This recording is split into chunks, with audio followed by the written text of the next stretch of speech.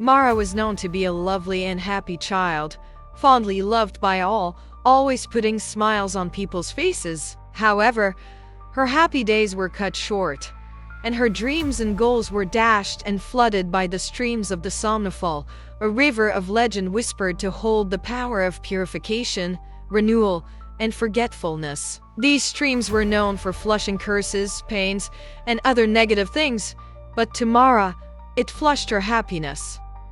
The laughter that once filled their home faded, replaced by an unsettling silence. Small acts of neglect grew into harsh words, then into cruelties that chipped away at Mara's bright spirit. The day her adopted parents gave birth to two sets of babies, a boy and a girl, although it was a joyful thing since the couple had been hopeful for their own child for years, Mara became a slave. They suddenly changed, treating Mara harshly. Many people were surprised as to what led to the ill treatment.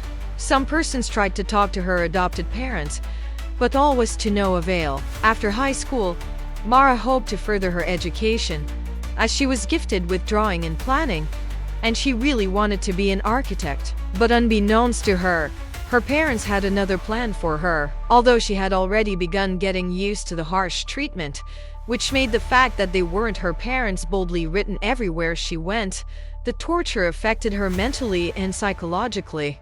Months after she finished school, on her way from the market, she bumped into an elderly, aging man who was lost. His face was a roadmap of wrinkles, his eyes clouded with confusion. Mara hesitated, a flicker of fear in her heart, but the man's vulnerability compelled her to help. She helped him and gave him the right directions to his location. He asked who she was and where she was staying. Mara never revealed her identity to anyone, let alone a stranger.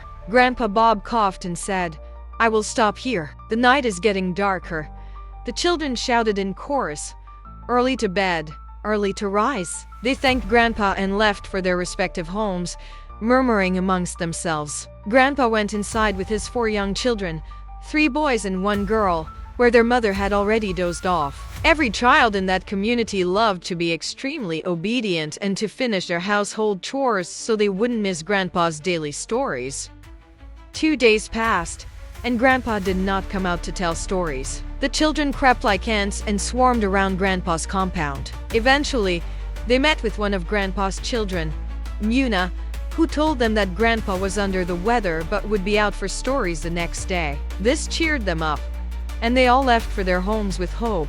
On the 3rd day, the children from different homes came out early, hoping and praying that Grandpa would come out. Many of them brought fruits and gifts to wish him well. After some time, one of them spotted Grandpa and raised an excited alarm, and the rest leaped for joy, all screaming, "Grandpa, Grandpa, Grandpa!" When Grandpa sat down, under the flickering light of the hurricane lamps and the rustling cherry tree, they presented the little gifts they brought, including fruits, herbs, and other items. Grandpa Bob thanked the children for their immense love and continued with the rest of his stories.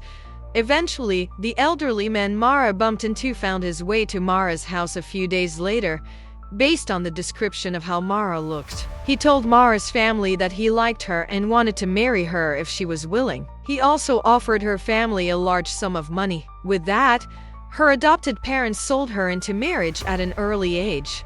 Although Mara tried to escape, the man promised to sponsor her further education. When she moved into Mr. Bob's house, despite its size and numerous maids, she felt isolated and had no one to confide in. She had hoped to be enrolled in school immediately, but instead, she was subjected to an insidious form of early motherhood. Without her knowledge, Mr. Bob invited his doctor home, ostensibly for a medical examination. In reality, a sperm insemination procedure was performed, resulting in her pregnancy. 3 months later, Mara experienced the nausea and discomfort of early pregnancy. After examining herself, she knew she had never been intimate with Mr. Bob or anyone else, making pregnancy seem impossible. However, persistent comments from older women suggested otherwise, prompting her to seek a medical checkup.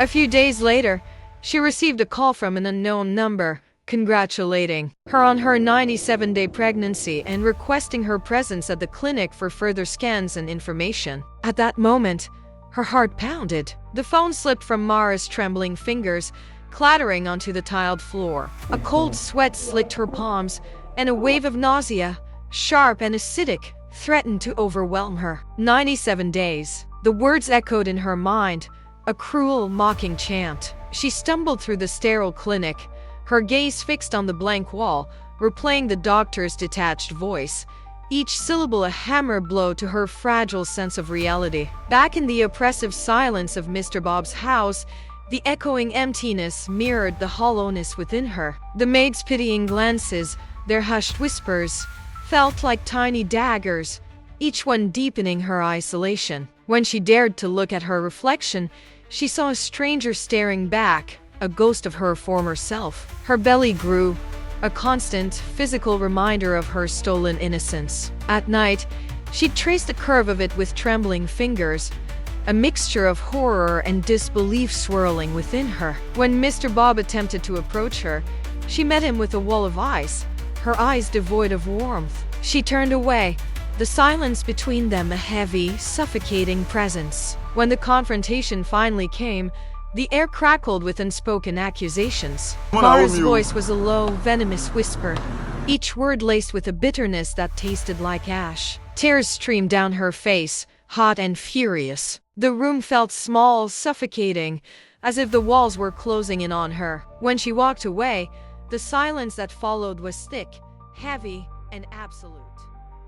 And instructed a maid to call Mara. Mara refused to go, feeling ashamed and as though she had betrayed Mr. Bob. He eventually went to her room, concerned by her disheveled appearance and emotional state, knowing it was detrimental to her and the baby. "My dear, what's wrong? Why are you like this? Don't you know this is bad for your health and the baby?" he asked. Mara exclaimed, "How do you know?" Mr. Bob managed a strained laugh and said, "Of course, it was my sperm that was inseminated. Why wouldn't I know?" Mara screamed, "No! How? Why? When?" Overwhelmed with questions, she realized his true intentions. "So this was your plan all along? You promised to send me to school and wait until I was 20 before we made this charade of a marriage official." She sobbed uncontrollably. Mr. Bob's heart was troubled, but he didn't know how to comfort her, so he left her room in silence. Days passed, and Mara was still reeling from the shock. Though she tried to adjust to her new reality, her isolation deepened. With no friends or confidants, she often cried herself to sleep.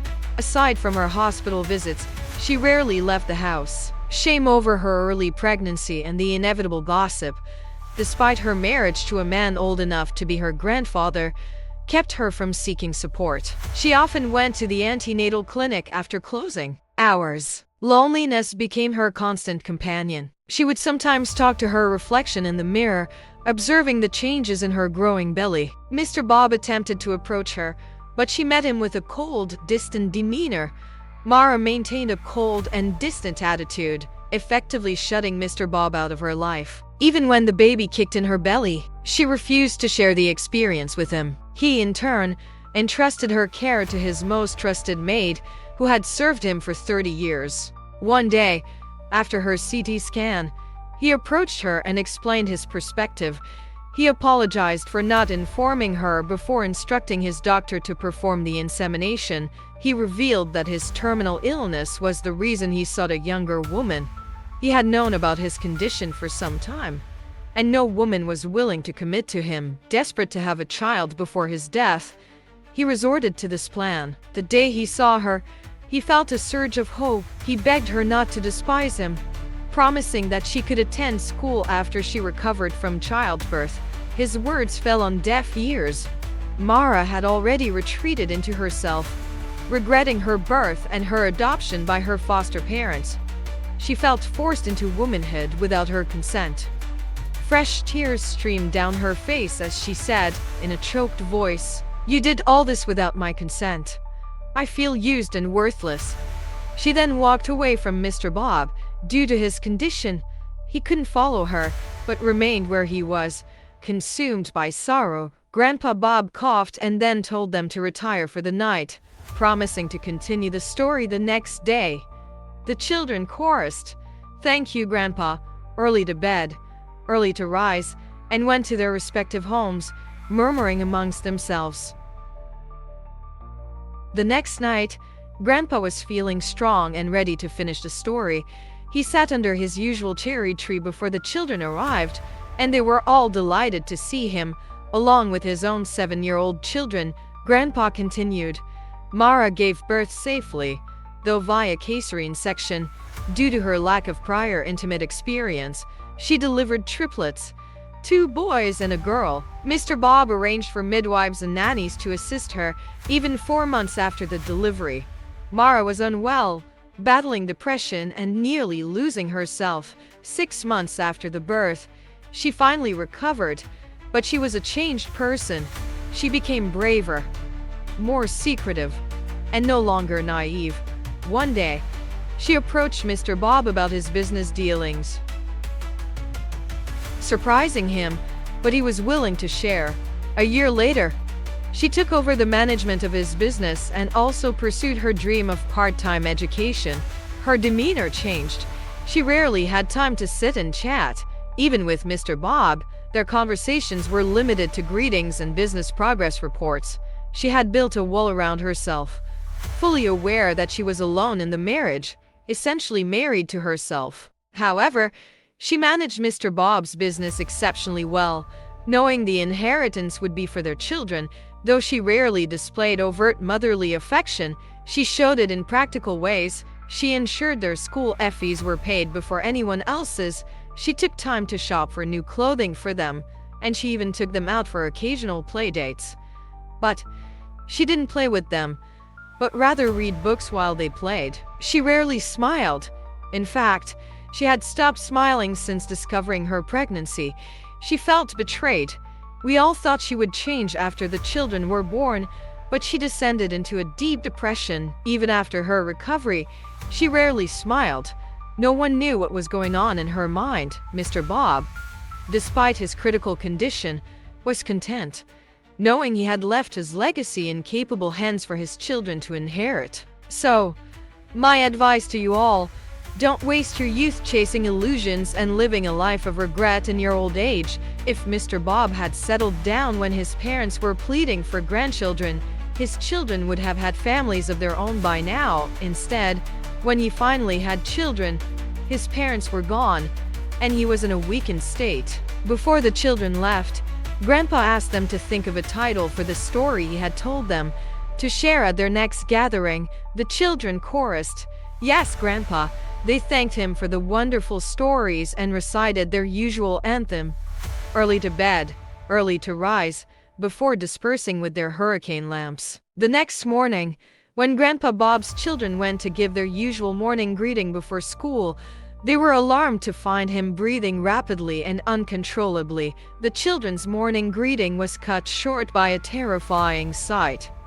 Grandpa Bob's labored breathing, his pale skin stretched taut over his bones, his eyes, usually bright and full of stories, were clouded with a desperate fear. Their frantic calls echoed through the house, a desperate plea for help. The paramedics arrived, their movements precise and urgent, and Grandpa Bob was whisked away, the siren wailing a mournful cry. In the sterile hospital room, the air was thick with unspoken dread. Grandpa Bob's voice, usually strong and resonant, was a hoarse whisper, each word punctuated by ragged breaths. "Please, forgive me," he began, his eyes filled with a deep, aching regret. He confessed his deception, his voice trembling as he revealed the truth. The children's tears flowed freely, a mixture of shock, grief, and disbelief. When Mara entered, the room was charged with unspoken apologies. He reached for her hand, his touch frail and weak. "Forgive me," he whispered, his eyes filled with a desperate plea. "Live, Mara. Smile again." The children began to sing the song he had taught them, their voices trembling and breaking. As the final notes faded, a stillness settled over the room. Mara's breath hitched, and a raw, guttural cry tore from her throat. The monitors flatlined, a stark, unwavering line, and then his body was wheeled away, leaving behind a silence that was deafening. Grandpa Bob requested to speak with them. After a long pause, He managed to cough before speaking. He called each of them by name and said, "Please forgive me, for what I'm about to say might hurt you, although I'm old enough to be your grandfather. I am your biological father. The story I told you about Mara and Mr. Bob was actually about me and your mother. Her real name is Mara, though she changed it long ago, which is why you didn't suspect. Your mother truly loves you all. Please protect her and love her unconditionally, even after I'm gone." He delivered these words in a hoarse and steady voice. Then, he told them he had divided his will among them and that they should protect their sister and support their mother's future decisions, including remarriage. The children were crying and begging him not to leave them, which is why you didn't suspect. Your mother truly loves you all. Please protect her and love her unconditionally, even after I'm gone. He delivered these words in a hoarse and steady voice. Then, he told them he had divided his will among them and that they should protect their sister and support their mother's future decisions, including remarriage. The children were crying and begging him not to leave them. A few days after the burial, Mara gathered the children, her voice soft but firm.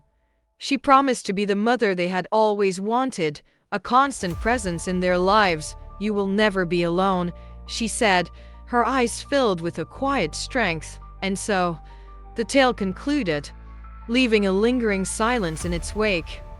A story of hidden truths and of a stolen youth. A story that begs the question, what name should we give it?